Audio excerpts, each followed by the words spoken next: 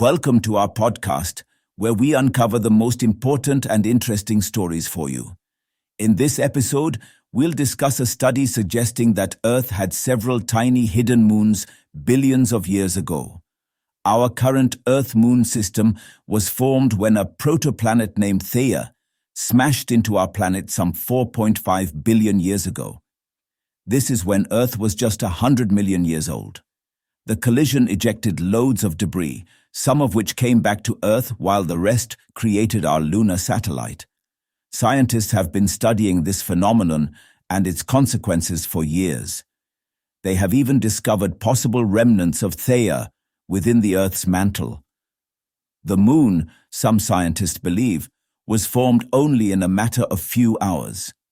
Now, a new study by scientists at the University of Nevada suggests that the aftermath of the collision likely led to the creation of not one, but many moons. These results are available on the non-peer-reviewed preprint server arXiv. According to the study, these were a variety of polar moons, also known as circumbinary particles, that lingered around only for a short period of time.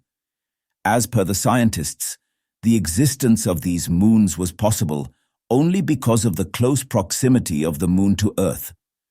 Notably, at 238,900 miles on average, the Moon in its first few hours of coming to life sat only 5% as far from Earth as its present distance. Circumbinary orbits that are polar or highly inclined to the Earth-Moon orbit are subject to two competing effects: nodal precession about the Earth-Moon eccentricity vector and quasi-Lidov oscillations of eccentricity and inclination driven by the Sun. The paper reads, "While we find that there are no stable polar orbits around the Earth-Moon orbit with the current-day semi-major axis, polar orbits were stable immediately after the formation of the Moon, at the time when there was a lot of debris around the system. Nodal precession means that a body's orbital parameters undergo a slow change around the angular moment vector. Quasi-Lidov oscillations involve a binary system and the perturbations introduced by a distant third body. Taking these factors into consideration, they deduced that the particles orbiting in the polar region were the most stable. This is directly linked to the earliest distance of the Moon from Earth. The Moon later started moving away from us because of the tidal forces.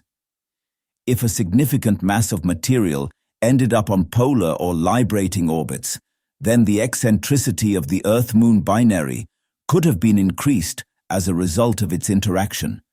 The latest theory can help scientists learn more about the exoplanets outside our solar system. That's all from this podcast. Thanks for listening.